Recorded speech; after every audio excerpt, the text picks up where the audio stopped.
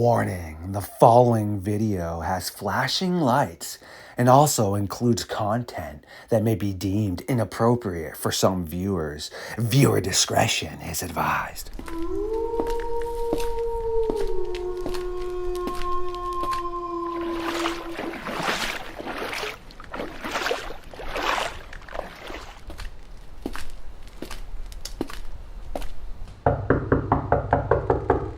Dennis Carroll, you have found your way through the darkness of the Werewolf and Dogman infested forest and into the Fox Den for this episode of Midnight Lycanthropy here on LordeStarfox Radio.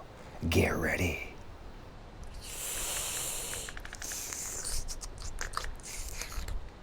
Well, that was a little bit messier than preferred, but no worries.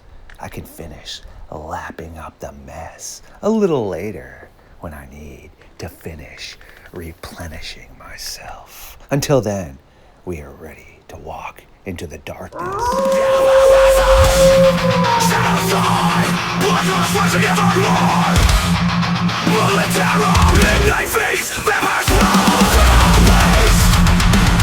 Stood up. I said, oh my god, it's a werewolf, and everybody in the car freaked out.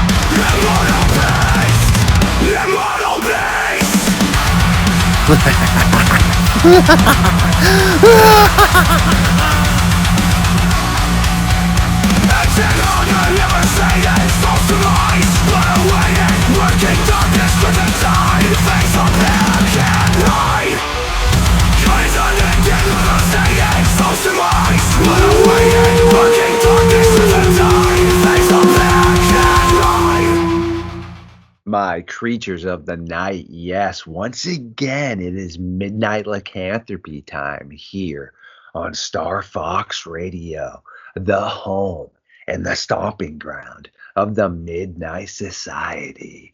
Once again, Dennis Carroll has found his way through the shadows to sit down by the late night fire and burn the midnight timber with us as we again try to figure out what is occurring with missing people in national forests and near cave systems. Dennis, how you doing, man? Doing good.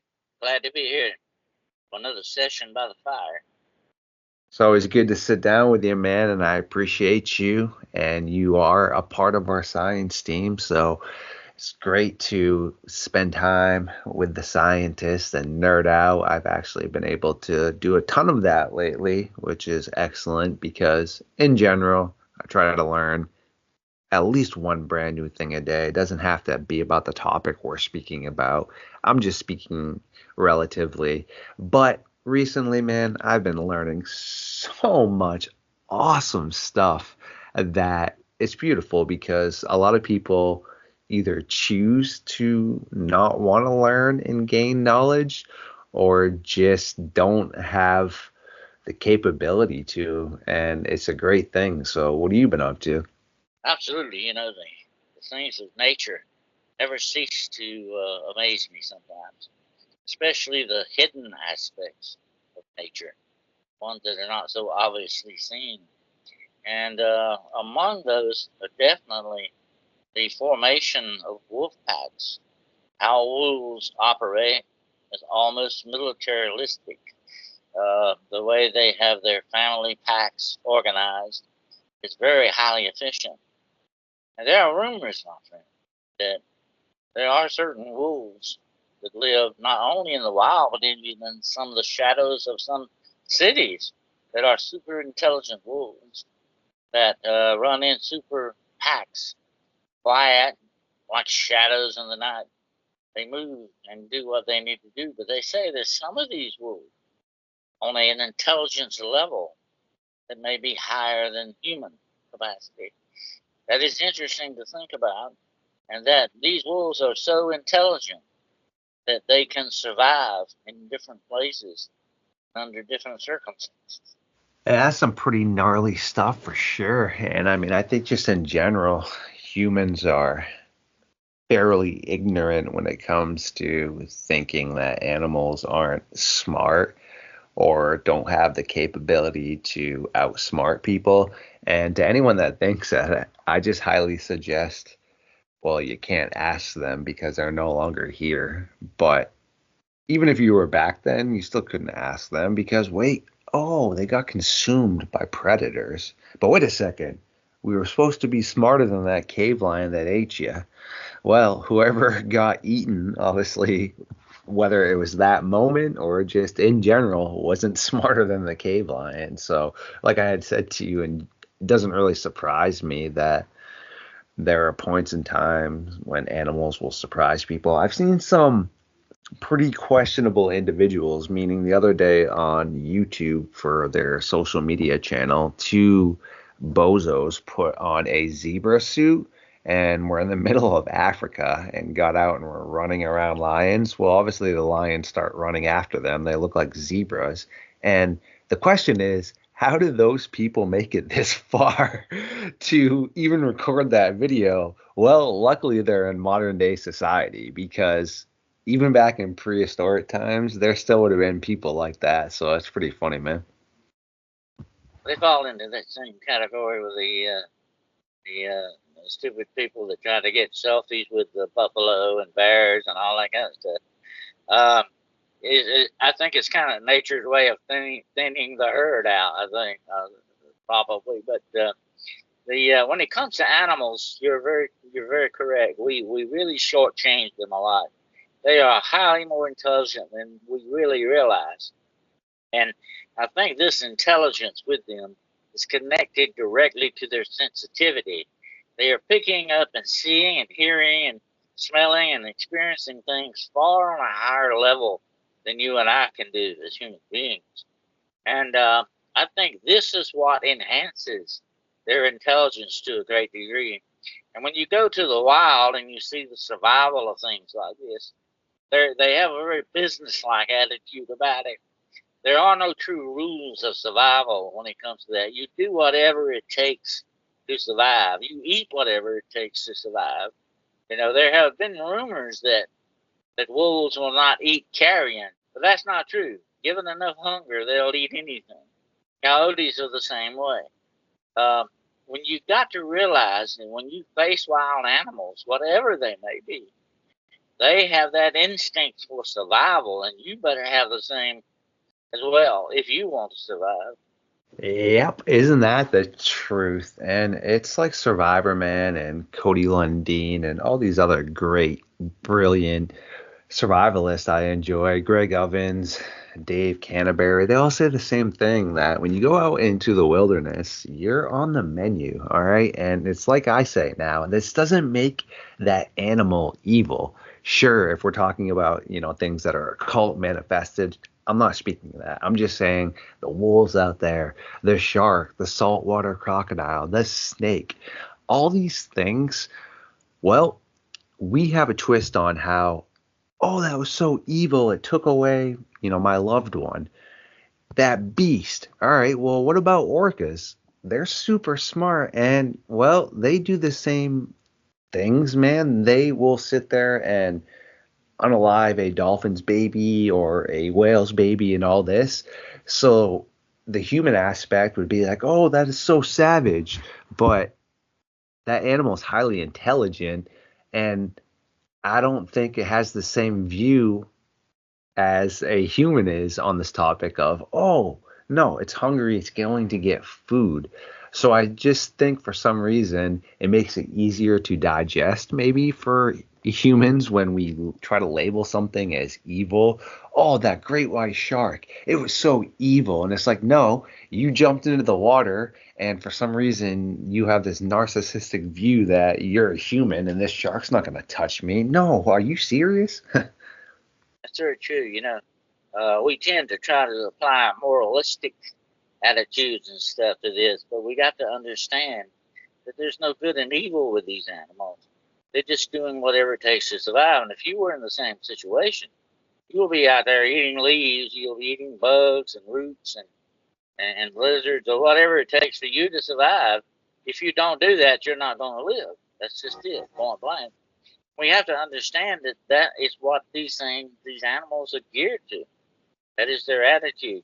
Although once in a while you will run into animals that do have sort of more of an evil aurora to them, especially like those two lions in Africa that were, inspired the movie The Ghost in the Darkness. They were very vicious. Sometimes these animals, and I think it's got a point to the point where they're mistreated sometimes, and will force them to become more against their own true nature. They will become more malevolent in that respect. Whenever you push an animal in a corner or you abuse it or something, what do you think it's going to do? It's going to strike back. It's going to go out of its nature because you have forced it into that. And that's, and a lot of times we blame animals like wolves, which have gotten a bad rep over the years, bears and stuff like that. They're just doing what it takes to survive, whether they eat you or not. The problem is you made the bad decision. You're in the wrong place at the wrong time. Most of the time, that's what's going on. And it's really not their fault. They're just going to do whatever it takes to survive. Preach, my friend. And that's logic right there. And I do think people lack logic. Don't get me wrong, of course, it's heartbreaking when someone you care about is consumed by a bear. No one's saying that. No one's saying it's not traumatic. I mean, I'm just saying it doesn't have anything to do with that bear hating you or wanting to ruin your life. You happened to walk into an area and it was hungry. So you also made some really interesting points too. I've heard this numerous times about supposed dogmen and such walking around with whether it was coyotes or packs of wolves. And I actually covered a case up here from one of my friends who believed that this coyote came up and it was pretending to be wounded afterwards. At first he thought it was, but he didn't want to go out because he didn't know. Obviously it's a wild coyote and his dogs were acting pretty strange. And then afterwards he said all of a sudden the coyote ran off and he saw something pretty large, ranging from anywhere from 6 to 8 to 9 feet tall that had glowing eyes. That's all he could see. And he felt like that this thing was trying to lure him out with the coyote and such. So when you had mentioned that, I've definitely heard that numerous times. If you want to elaborate on that for sure. There is definite evidence along those lines that the dogman may cooperate with certain species of animals, especially wolves. I think he would feel a very distinct connection akin to the wolf, being in his own nature. There are supposed rumors of these things cooperating in a very businesslike fashion with each other, and that is par for the course. I think that makes sense when you think about it, And I mean, if I were a dog man, I would probably be hanging out with the wolves. I'd want to do that, and I would be eating with them, or I would be following them and taking whatever, necessary stuff that I wanted to take from them, or whatever the situation. Very much like the way that hyenas live off of lions. They come in and clean up what the lions don't want anymore. That's their part in nature. They're sort of the cleanup crew in that respect. Yeah, that totally makes logical sense for sure. I mean, any animal like our tracker and biologist and environmentalist were saying is going to follow around other animals, specifically bears, because bears are pretty clumsy, meaning when they feed on berries and such or anything, they're knocking down all kinds of nuts and such that smaller animals can then feed on. So yeah, that makes 100% logical sense. And we do know that whether it's prehistoric animals, not even mammals, I mean, they have very substantial evidence supporting that dinosaurs were pack oriented. And I mean, they have obviously videos of dolphins and orcas pack oriented, hunting together. But they even have now evidence of animals that they didn't really know would do that, like great white sharks have been seen, teaming up to take down a larger whale and such. So it does fully make sense. But like you were also saying, now when you have something like a wolf, they're fully pack oriented. And recently I was introduced to the super pack, I mean, in general, there isn't really a limit on the pack. I mean, if it's got food source or if it's potentially starving. But over in Russia, people can get really cold over there, and large amounts of game animals can just be unalived to one freeze. So these wolves, instead of attacking each other and cannibalizing each other, they teamed up into a super pack and started attacking livestock and people and such. Pretty interesting, man. Absolutely. Teamwork gets the job done. Human beings found that out many, many eons ago. They used to get together and bring down mastodons and woolly mammoths, running them off cliffs and doing all that kind of stuff. Teamwork is what helps you to survive. It's we talk a lot about the lone wolf. He is very dangerous because most of the time he is emphatically hungry or whatever the situation. He is more dangerous in that way than the pack in some ways. And and another thing when it comes to animals that you got to remember, the female bears are a lot of times in a lot of my jumps in the woods, and that's the one you don't want to run into is a female bear, especially with cubs. You got a big bad problem on your hands. The male, most of the time, doesn't want to mess with you. He'll leave you alone. He'll go his own way. But if you run into the female, you're gonna definitely have a problem. That holds true with not just bears, with lions, tigers, whatever the situation.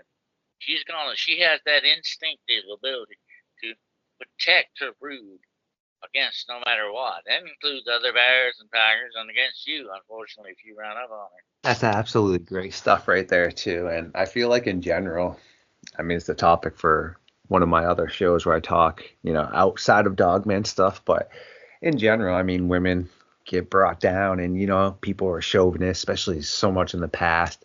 But there is so much scientific evidence supporting that women were just as badass as men. And the Apaches, the women fought side by side, and they were like basically special forces right there. And in recent discoveries, at least 30 to 50% of Neanderthal hunting activities, women were involved. And during World War II, women were some of, if not the best snipers in the world and such. So, yeah, I mean, again, I just think it's something that for some reason men that originally discovered these things just had issues with that. But yeah, of course, I mean, like you said, when you team up, I mean, you got different attributes. It didn't really seem to me that the Apaches or the Neanderthals had issues with females being just as badass as them. Absolutely. And, a lot of times they've got no other choice, really. In the circumstances being what they are. They've got to be badass about that. They've got to. And so you got to respect something like that. And, we often said that about, Dogman and werewolves, the differences in their nature. Dogman's probably going to cut you a break, let you go. Maybe he'll let you walk away without bothering you. But the werewolf definitely will not do that because he is a psychopathic. He's going to take you down. He's going to stay on your scent until he accomplishes what he wants to do, which is tear you into pieces and devour you. But Dogman, on the other hand, has more of an animalistic thing. The werewolf, of course, we know without doubt is a supernatural thing. It has a very evil intent to it. It's not like an animal. I think Dogman is more like in the animal side of nature to that extent. Definitely some really interesting stuff right there for sure. And even if it wasn't, say, something, occult based like a werewolf, I don't even think a predator is going to cut anybody's slack. I mean, what happens most likely is that predator ran out of its energy source, per se, if it's a cougar or something, because they only have so much energy to expel on that. Or you were able to outrun something because, sure, bears will chase you for a bit, but they're not going to fully chase you. I mean, now if you're being chased by wolves or coyotes, you're in some trouble. But same thing with even like a cheetah. If you're able to survive that first burst of an encounter and then you start showing that you can defend yourself, it's energy based for sure. Like, I mean, it just doesn't make sense if it can't take it down. But I mean, if you're a solo person and you're going up against a cave hyena, a spotted hyena, a grizzly bear, 2 wolves, 6 to 12 coyotes if they want you, geez, you're in some pretty much trouble, I feel like. Oh yeah, definitely, especially when you run into the pack. You got a bad problem on your hands. And unless you had, I think there was a movie I watched not long ago called Into the Gray with Liam Neeson. If you've never seen it, Oh, I've excellent seen that. movie on the Bible. Have you seen the movie? No, that does a great job, like you said, and also another one, Edge of Darkness with Anthony Hopkins, where I don't know if you've seen that, but that plane crashes in Alaska and they are out in the middle of nowhere. This huge grizzly bear is stalking them, and one of their team is wounded, so the bear ends up obviously being able to track them quite easily. Man, you got to check that one out too. That's straight up nightmare fuel. It's from like 1997. It's older, but it's well done as heck. That sounds interesting. I don't think I've ever seen that, but this movie with Liam Neeson is very much like that, except it's a pack of wolves. And these wolves are very intelligent. When you start matching your intelligence against something like that, you better be on top of your game. You're going to lose. Yeah, that's definitely very well stated for sure. I mean, any sort of intellect is based off of, well, what we're referring to it as. So, I mean, sure, as I mentioned earlier in this episode, some of the amazing survivalists and such, well, they have a pretty good chance of, being able to defend themselves, etc., because they know how to consistently have fire and make shelter, etc. So yeah, and they're really smart. But the average person definitely can't do that. You could take somebody that can crunch the numbers all day, and they could be considered super smart, genius, whatever. But you put them out there, and they don't really have experience making trees and things into structures where you can live inside them, or creating fire, or making a weapon to defend yourself. They're super smart depending on the terms of what we're looking at. But then, like you said, now they're dealing with a predator that has been honed to do this over hundreds of thousands of years.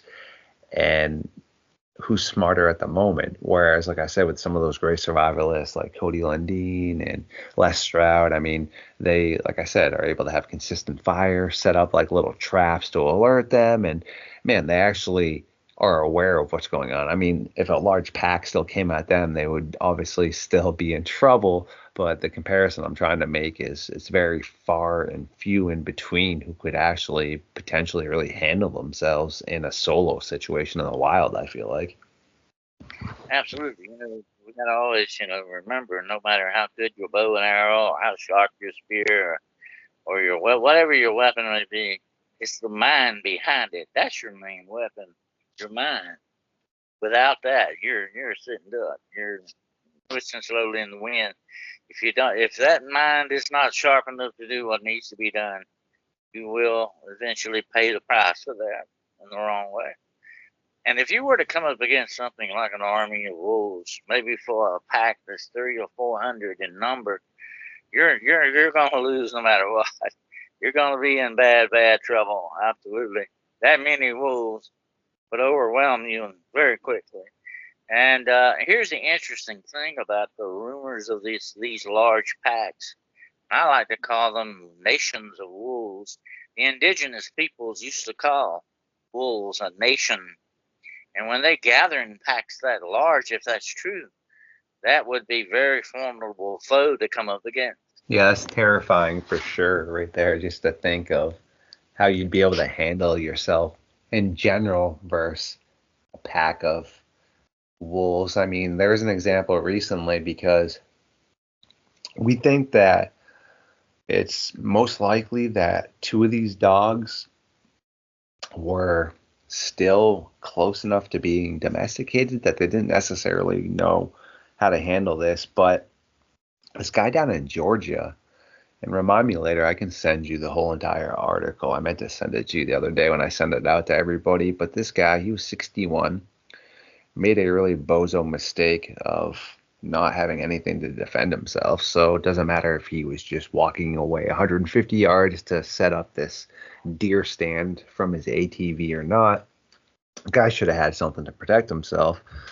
And this ties in with a lot of the strange attacks and such. Well, these three dogs came out of the brush, he said, and he was pretty deep into the forest. And when they came out, one of them was a very large German Shepherd looking dog, which could be one of two things: an actual German Shepherd, because they do go feral the quickest because they have a ton of wolf lineage inside of them. And the other two were, well, what he said to look to be pit bulls. So he did say, the German Shepherd is pretty large. So could it be the type 2 like Dogman people see? I don't know. I'm not willing to, go that far. But he said that they began to attack him. And he's not fully sure which one attacked him first, but we think it was most likely the German Shepherd because the wounds on him, these three dogs should have destroyed him. He had nothing to defend himself. He was rolling around and just using a stick.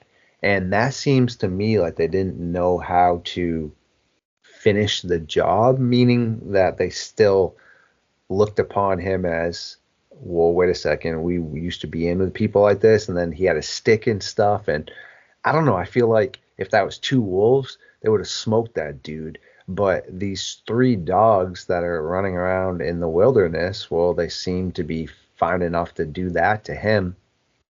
I don't know. It's weird. It's almost like they recognized him as not potentially a food source until one of them went after him. So it's pretty interesting why those three were unable to finish that on him. Because, I mean, two decent sized pit bulls and a German Shepherd it's probably not a good thing, but that's been occurring a lot. I mean, I know in other countries that are very poverty ridden and such, there are a ton of feral animals in general, but dogs that are all running around, like in South America, so places like Brazil, Peru, areas like that, it's very plentiful.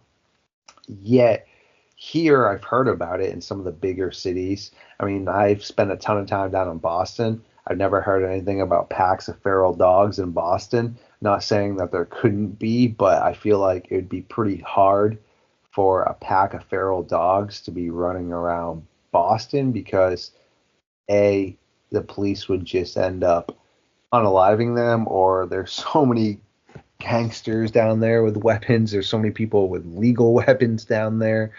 I don't know. I just don't see how like that pack would be running around. But then I've heard of, homeless encampments like out in California and Washington having issues with this, and other, like I said, poverty ridden places in the United States. So it does seem to be a problem with these groups of, now I would guess, say, so what people don't understand is for something to be considered feral, it has to be born and then live outside for that next generation. So meaning if someone let their domesticated dog out, that dog's not feral. But if it has offspring and that offspring survives, now that dog is feral. So I don't know. It's weird. It just doesn't seem like they totally know how to fully act. But then a lot of people say that they've seen very strange large ones too. But I mean, dogs in general can get large. So I don't know. Have you heard about that stuff? But definitely, uh, we have bred dogs for thousands of years. That's why we've got so many different breeds of dogs. This is a man-made thing, okay? This is not occurring naturally in nature in that respect. Although the dog does have an ancestry in nature. But you got to always remember the dog is one step away from the wolf, really. Especially when they get in a pack. That hunting technique takes over. That instinct comes out in them to do that. That's just part of their nature, without a doubt. But to me, that makes them more interesting in that respect because even though it's domesticated, it does have that ability, and has happened many times in the past, of turning against you, of going wild like that, or turning feral on you in a way. My father many years ago lived on a farm, and he moved away from that farm when he was just a boy. His dog got away from him or something, and then the dog didn't move with him. He went back a year later to find that dog, and he found it, but it was wild. He couldn't get it. He couldn't get it to go. It had already gone feral. And we got to remember too that a lot of the wild boar out there began as domesticated pig. Yeah, that's some very interesting stuff right there for sure. I know coyotes have bred with domesticated dogs because I believe a little bit more than 50% of them have now domesticated dog DNA in them. So that also changes the type of behaviors. And I mean, there is evidence until not that the red wolf is actually, yeah, something to do with a gray wolf and a coyote that then produced the red wolf. So, I mean, sure. In other areas, though, like, my friend up in Canada said the wolves up there attack the coyotes all the time, but then you have other areas, obviously, where they're chilling with each other. So is it because of circumstances or just different behaviors, like you said? I have fielded reports. This is weird, kind of on the paranormal side. I have fielded reports of coyotes being seen in California that are blue, color blue. The only way I could figure it out, the one way that would be happening, would be someone's messing around with their DNA. There may have been some testing going on with this, or what, or have they got into some kind of chemicals, or what the situation is. But that is very strange that they would have a tint of blue to their fur, and supposedly some of these coyotes have been found with blue eyes. That is impossible for coyotes. Matter of fact, I saw the other day a film where a guy was sitting in a tree stand and a coyote talking about being stupid. Coyote actually came up to this man and climbed up in the tree with him. The guy tried to pet this coyote, which did not come out too good. You don't do that because you got to always remember this is a wild animal you're dealing with. But sometimes I think some of these things could be genetically modified. I think there's something else going on in the background with some of this stuff. Yeah, that's great right there. And I couldn't agree more.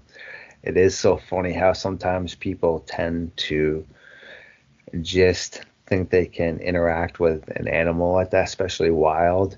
Meaning, even if you are going to say hi to a neighbor's dog that you have never had a chance to really say hello to, you always let an animal come up to you first.